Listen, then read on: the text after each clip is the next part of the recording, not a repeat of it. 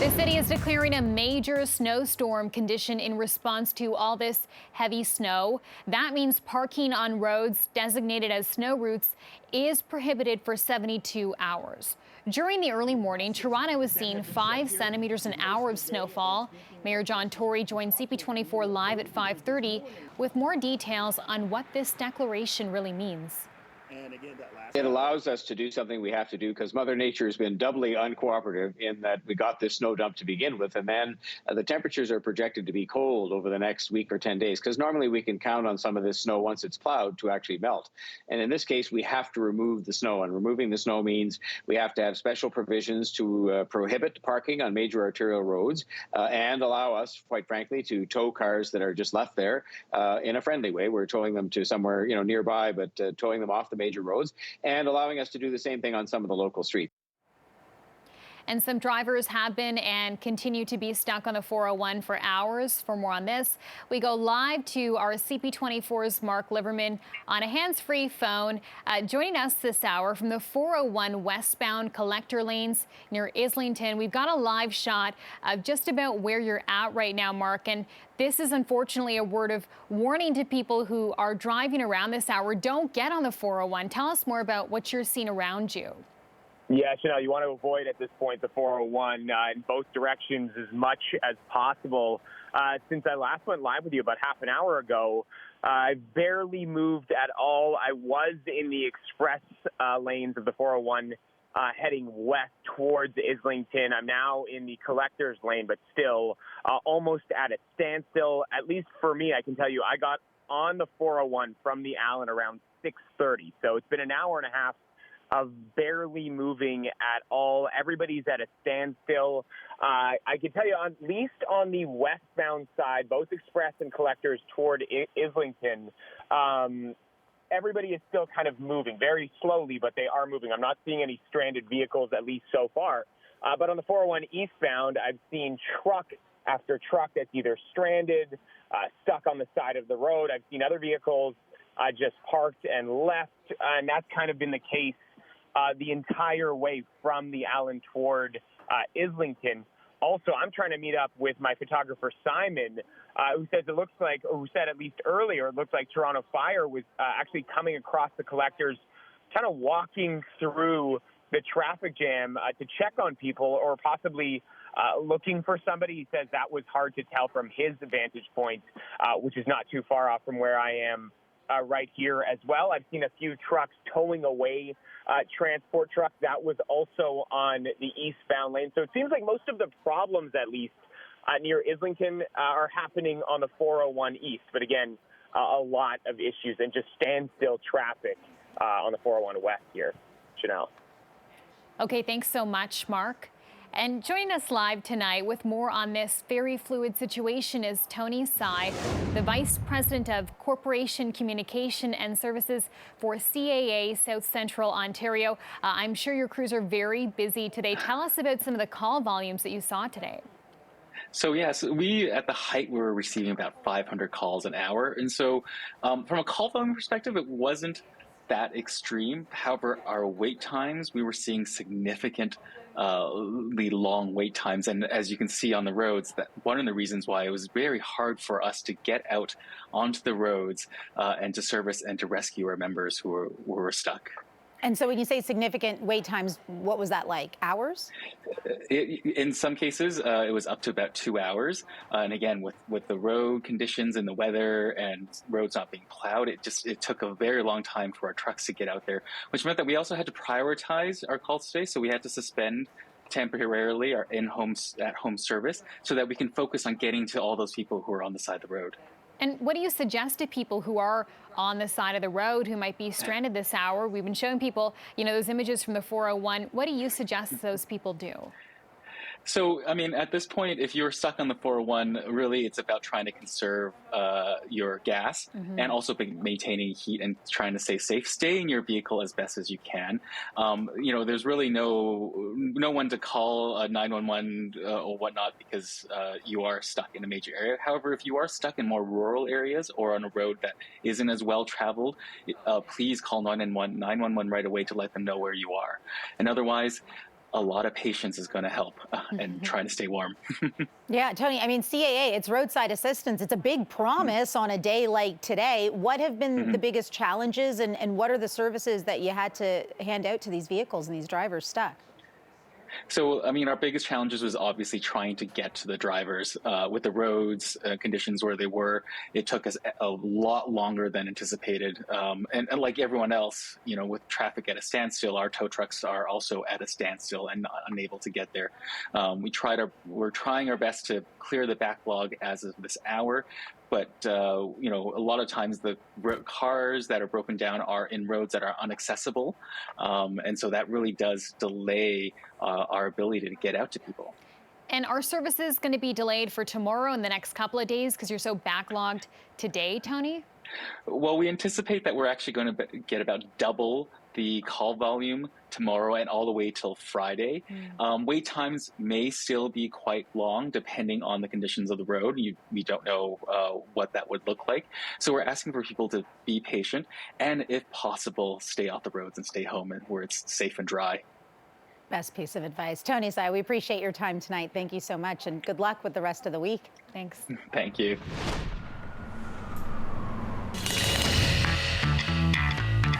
It's so much fun playing with ink because you just have it for a short period of time. Yeah. And you can switch it up. Yeah. I feel like I have new ideas for tattoos all the time. Exactly. Depending on my mood. Big news in the business world tonight. Stationery maker Bic is buying Toronto startup InkBox for $65 million US.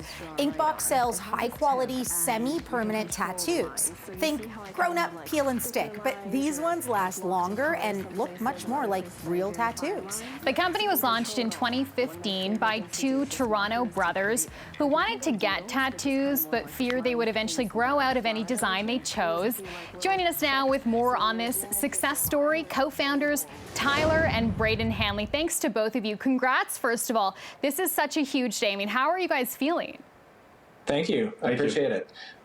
Elated, somewhat relieved, I guess, too. It's just always great to feel rewarded for all the hard work you put in over the years.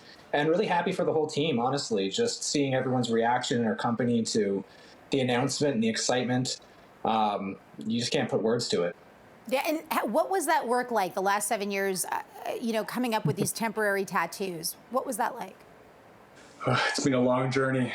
I think we started from just $10,000 and bootstrapped it in the beginning and then got initial investment through Kickstarter. We had a pretty rough product at the start, and we've developed it over the years into something that we're really proud of. So tell us about the journey. I mean, you guys started off traveling to South America to initially develop the ink. Now you've got this freehand tattoo marker, which is so cool. So explain the evolution here of InkBox. Yeah, so you know, the difference between our temp tattoos and the ones that are kind of classic that you maybe grew up with as a kid are those are stickers. Ours actually change the color of your skin, right? So a lot of the challenges for product development has really been around how do you get artwork that's high definition into the skin so it could last 1 to 2 weeks, like you see here.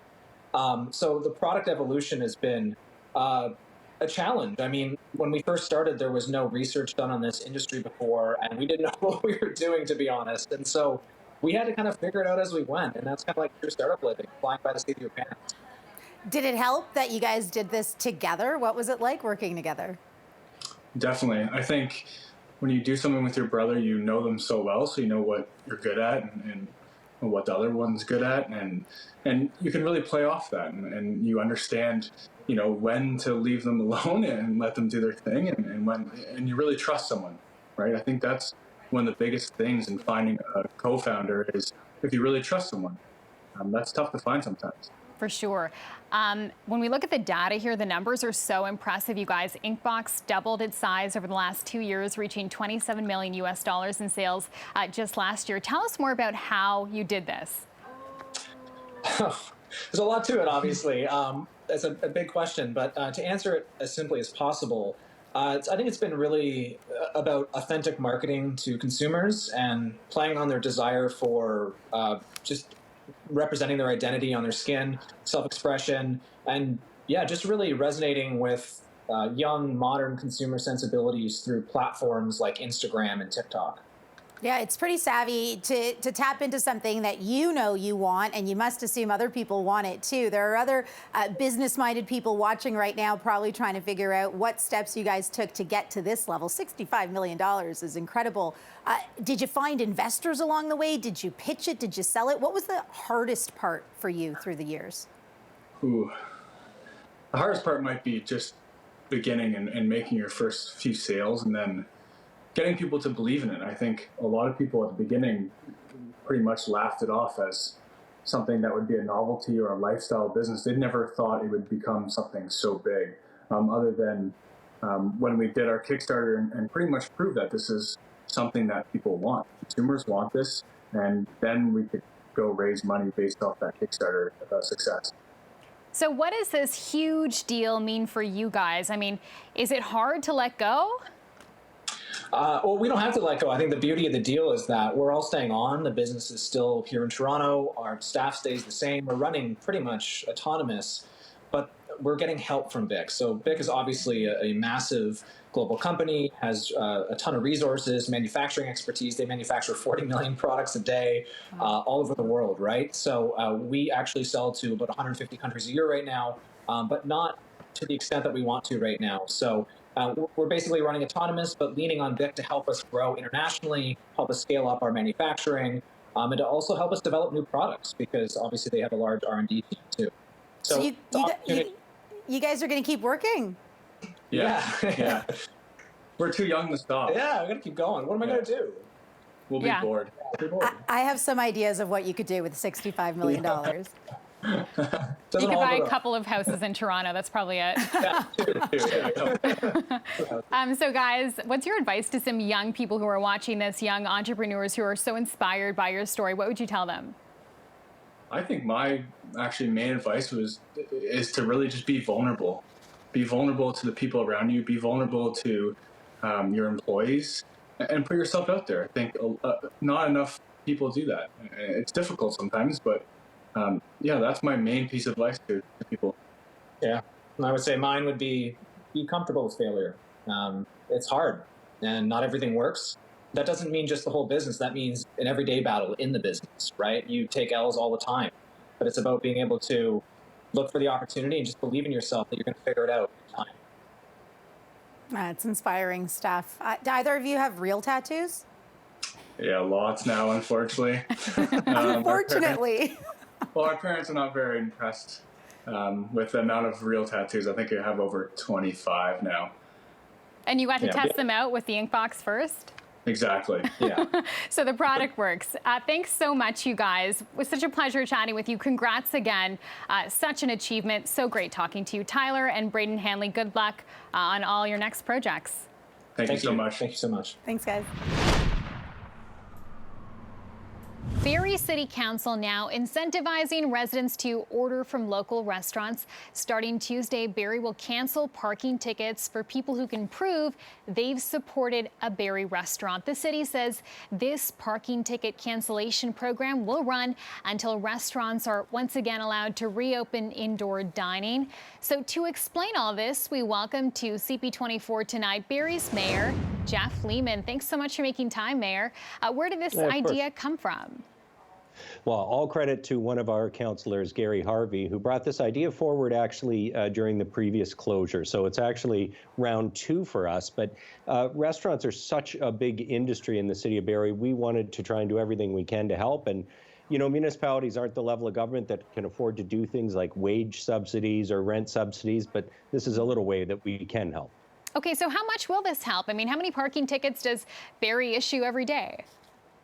Well, we're not going to issue more. I had one restaurant owner call me and say, maybe you should get more parking people out there. And I said, well, no, I don't think we want to do that. No, it's we can in a tough day issue hundreds. It's usually dozens. But you know, every little bit counts. And I think the opportunity here is for us to sort of say, you know, here's an innovative way or an unusual way for people to get out of something they don't like and get something they do like, which is a great meal. Yeah, it's definitely innovative. Lots of people talking about this. So explain how this will work. What's the process?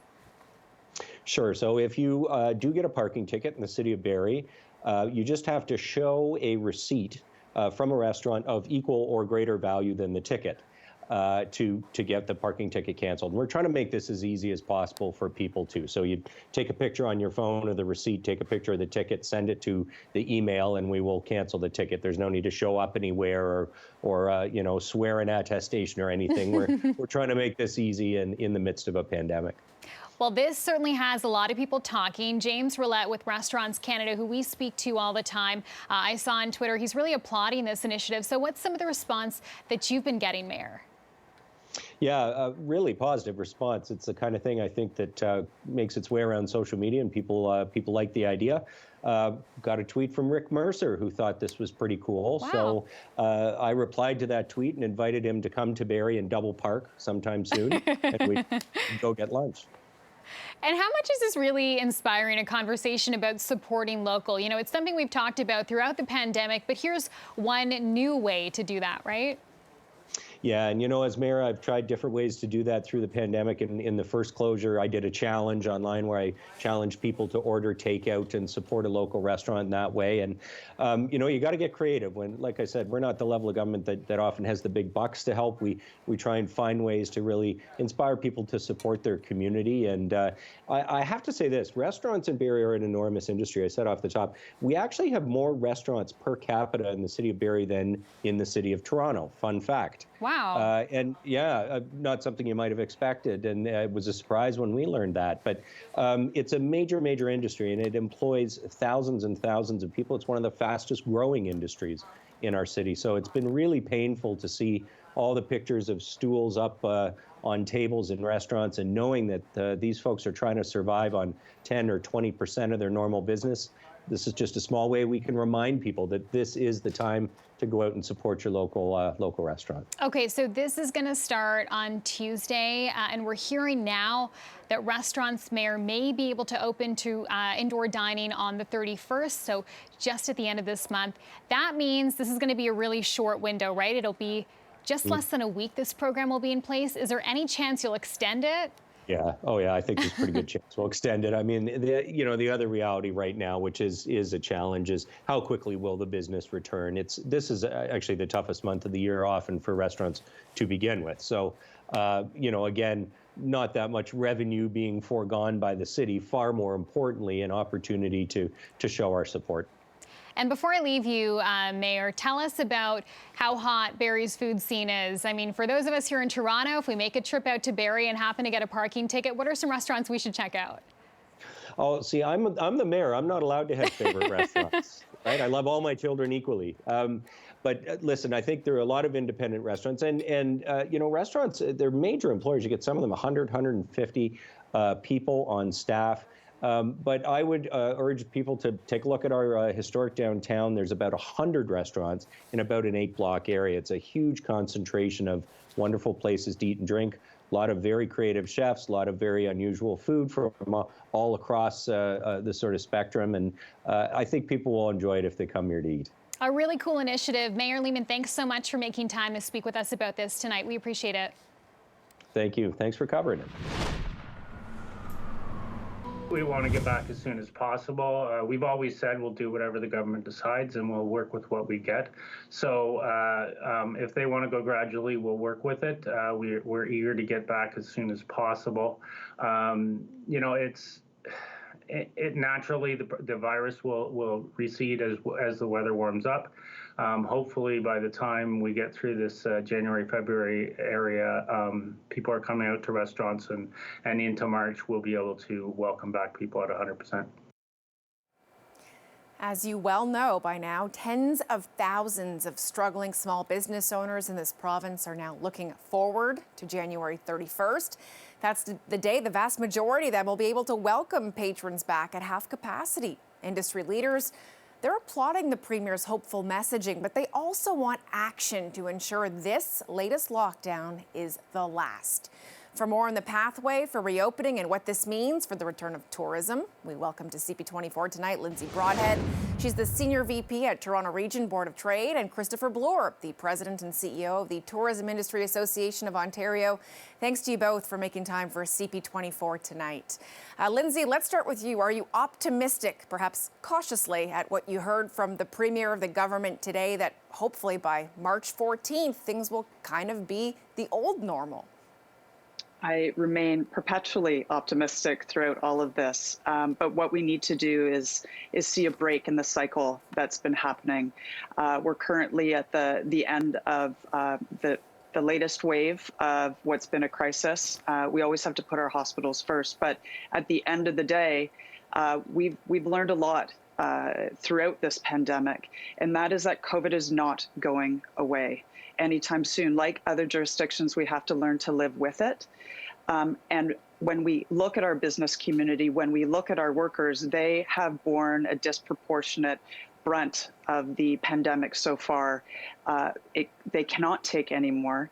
And we need to find ways, mechanisms, and this government needs to follow on its announcement from today with very clear, transparent, and succinct new measures, frankly, that ensures we can remain open and that future lockdowns won't happen.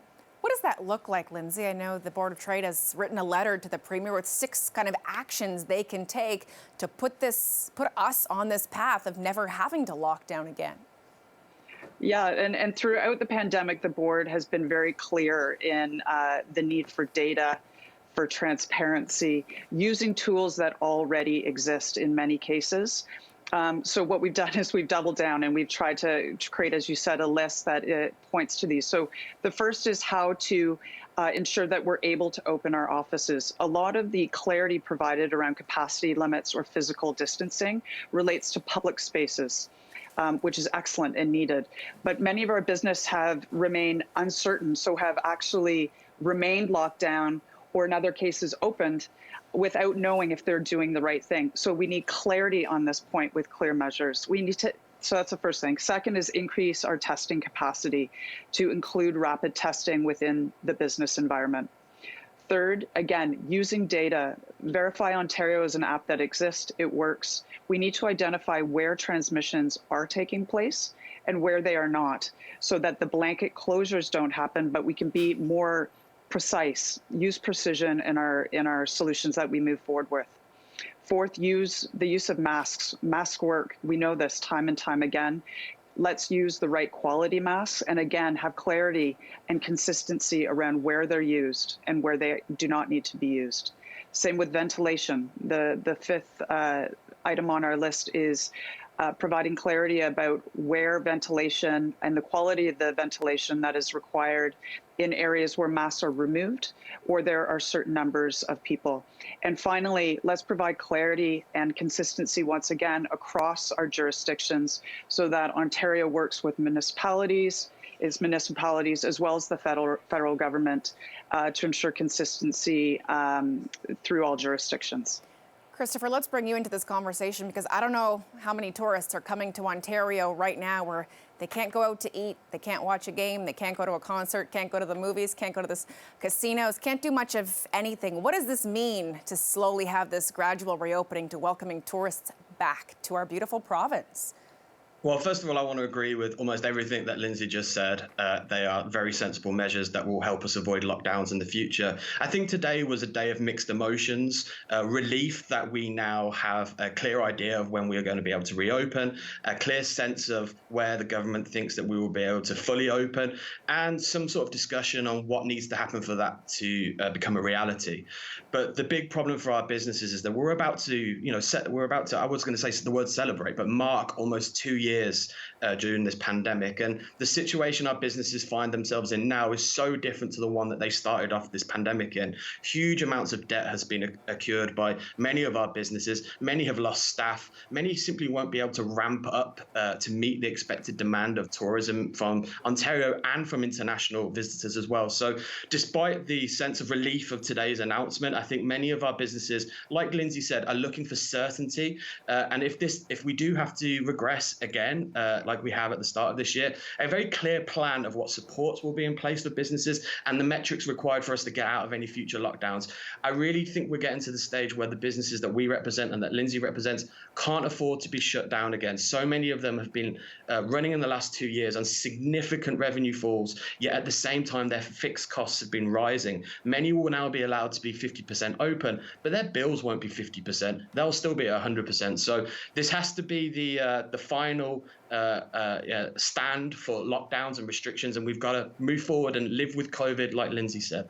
And the Premier today making it clear that they've got this emergency brake that they can essentially pull at any moment if the situation starts to deteriorate again in terms of numbers and hospitalization. So, Christopher, how confident are the business owners who you represent that when you build it, they will come, that tourists will actually eagerly come back to this province, considering some of our leaders have told us the situation here isn't that great, at least it won't be for the next couple months?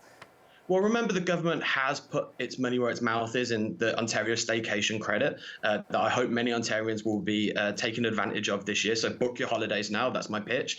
But also, listen, we have an incredible product in Ontario. There is literally an entire world in just this province. And so one of the things that we've seen over the last 2 years is that we just have so much to offer that despite the uncertainty, despite the professional and personal anguish that we've all been going over this 2 years, people still want to travel to Ontario. Not just from within the province, but from far afield and international travelers. We will remain a key tourism hotspot in the world, and we just want to get on with bringing people back and being able to enjoy the things that are on offer. You don't have to convince me. I'm sold. I'm right there with you. Ontario's got something for everyone. Lindsay, let's talk about the downtown core here in Toronto. Walking through Bay Street, the financial district, it is pretty much a ghost town and has been for quite some time.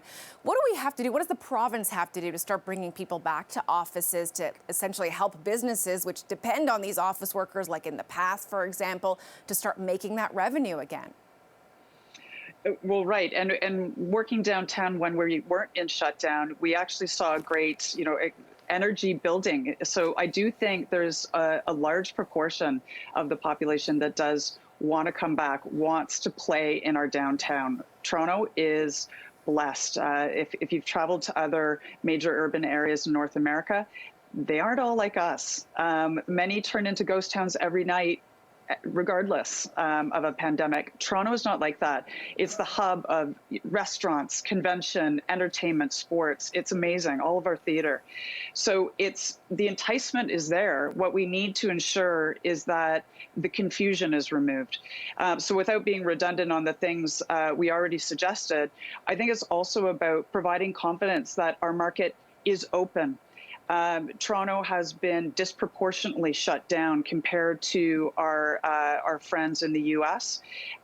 We need to ensure that they're coming here, and this gets to Chris's wonderful tourism points, but looking at the long term of our visitor economy threat as well. That's the downtown core. So we need assurance to get our domestic workers here. We need assurances to get some of that fantastic international talent that Toronto is known for back through the borders and here permanently. And then we need the visitors that feed our convention, and then that convention feeds the rest of us in incredible ways. And I cannot wait until this city, this province is thriving once again. Lindsay Broadhead with the Toronto Region Board of Trade and Christopher Bloor with the Tourism Industry Association of Ontario. Thanks both of you for your sales pitch of our beautiful city and our province and for your time tonight. Appreciate it. Good evening. Thank you.